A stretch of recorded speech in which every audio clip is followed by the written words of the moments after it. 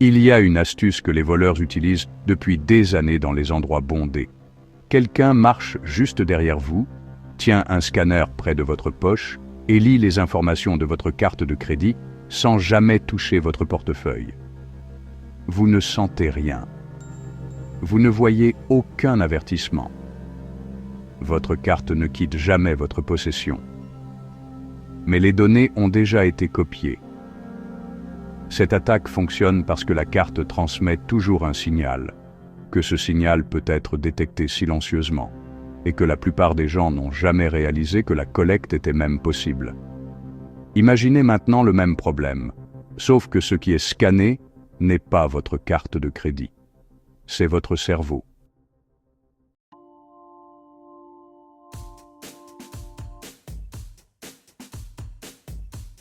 Cela ressemble à de la science-fiction au premier abord, mais la technologie sous-jacente existe déjà dans les laboratoires et les produits commerciaux. Les chercheurs en neurosciences construisent des systèmes capables de décoder des modèles d'activité cérébrale avec une précision croissante. L'intelligence artificielle accélère ce processus beaucoup plus rapidement que les chercheurs précédents ne l'avaient imaginé. En même temps, les entreprises d'électronique grand public placent chaque année plus de capteurs plus près du corps humain. Ces tendances commencent à se rencontrer. Il en résulte une nouvelle catégorie d'exposition personnelle impliquant quelque chose qu'aucune génération précédente n'a eu à se soucier de protéger. Pas les mots de passe, pas l'historique de navigation, l'activité neuronale elle-même.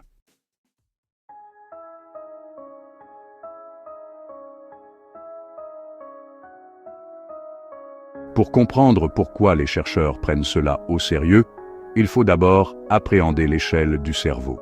Le cerveau humain contient environ 86 milliards de neurones liés par plus de 100 000 milliards de connexions. Les scientifiques ont passé des décennies à essayer de cartographier ces connexions dans un schéma de câblage complet appelé connectome. Pendant la majeure partie de l'histoire moderne, cet objectif semblait impossible. Le premier connectome complet jamais réalisé était celui d'un minuscule ver avec seulement 302 neurones, et il a tout de même fallu 16 ans de travail manuel pour le terminer. Aujourd'hui, les systèmes d'IA peuvent analyser les structures cérébrales à des vitesses que les chercheurs humains n'auraient jamais pu atteindre. Veuillez vous abonner.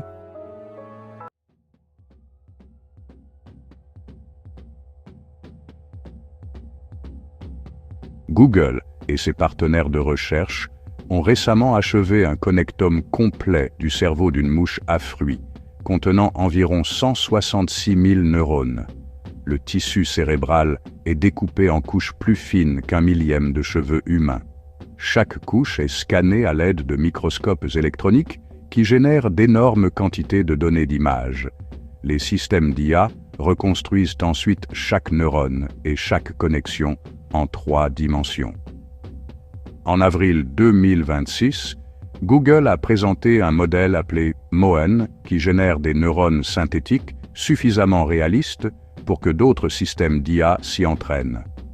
Les chercheurs ont estimé que cette amélioration a permis d'économiser environ 157 années-personnes de travail de correction manuelle lors de la reconstruction du cerveau de souris.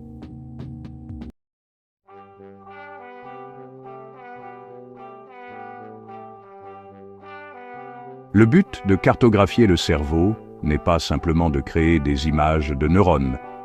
Les chercheurs veulent comprendre la fonction à partir de la structure.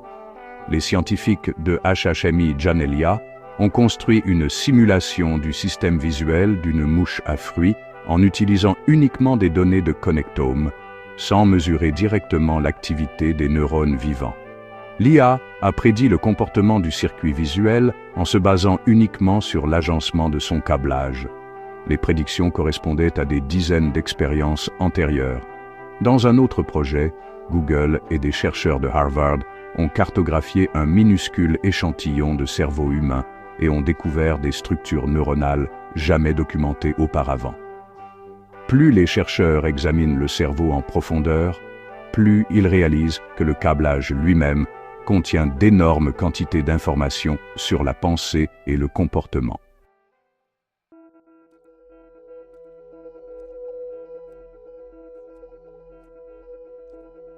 C'est là que la technologie cesse d'être un simple projet de neurosciences et commence à devenir un problème de confidentialité.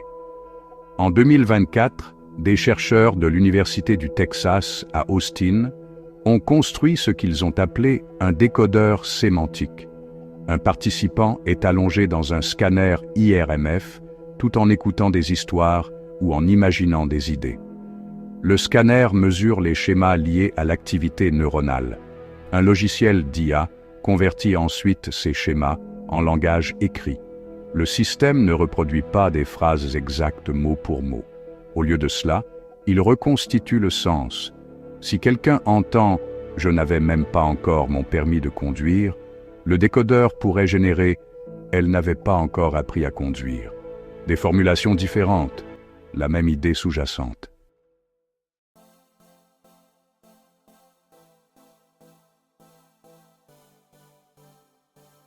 Un groupe de recherche distinct a poussé l'idée plus loin en 2025 avec un système appelé Brain LLM. Les chercheurs ont connecté des enregistrements cérébraux directement à un grand modèle linguistique capable de générer du langage naturel à partir de signaux neuronaux. Une découverte a surpris même les chercheurs impliqués. Le système a mieux performé sur des informations que l'IA seule n'aurait pas pu prédire à partir du contexte. En d'autres termes, les signaux cérébraux ajoutaient des informations véritablement nouvelles, au lieu de simplement aider le modèle à deviner du texte probable. La technologie a encore des limitations majeures, mais la direction du progrès devient plus difficile à ignorer.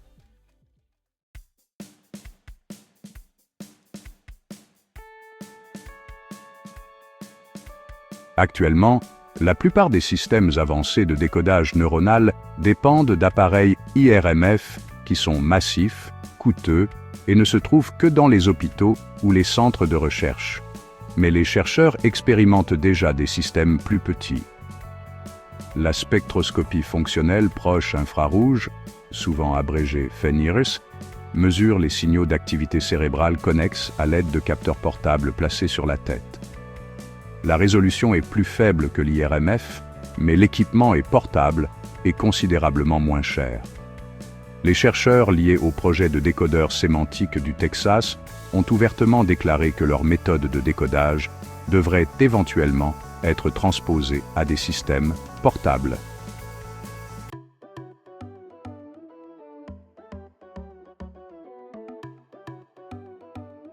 L'industrie de l'électronique grand public s'oriente déjà vers la surveillance neuronale continue. Apple a déposé des brevets concernant des écouteurs équipés d'électrodes capables de lire l'activité des ondes cérébrales. Des produits EEG portables comme le bandeau Muse et l'Emotive Epoch X sont déjà disponibles sur le marché aujourd'hui. Les entreprises les commercialisent pour le suivi de la méditation, l'analyse du sommeil, la surveillance de l'attention et la recherche sur la productivité au travail. Des rapports d'organisations comme la Fondation NeuroRights ont averti que de nombreuses entreprises de neurotechnologie conservent de vastes droits sur les données neurales collectées, avec peu de limites significatives quant à leur utilisation future.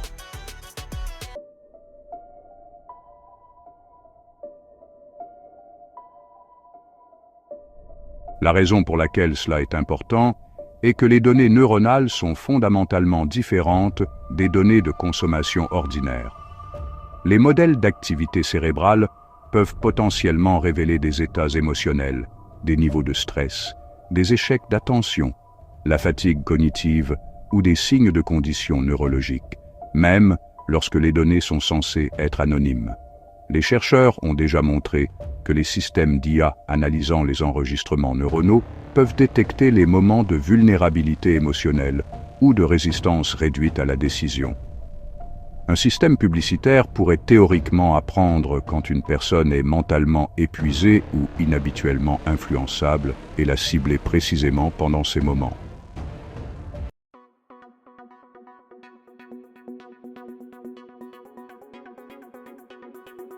Les gouvernements ont commencé à réagir, mais le système juridique est encore loin derrière la technologie elle-même. La Californie a classé les données neurales comme information personnelle sensible à partir de janvier 2025. Le Colorado, le Montana et plusieurs autres États ont adopté des protections similaires. Fin 2025, les sénateurs Maria Cantwell et Ed Markey ont proposé le MIND Act, qui chargerait les régulateurs fédéraux d'étudier comment les informations neurales révélant les pensées, les émotions et les schémas de prise de décision sont collectées et monétisées. Le Chili est allé encore plus loin en ajoutant formellement des protections des neurones droits à sa constitution.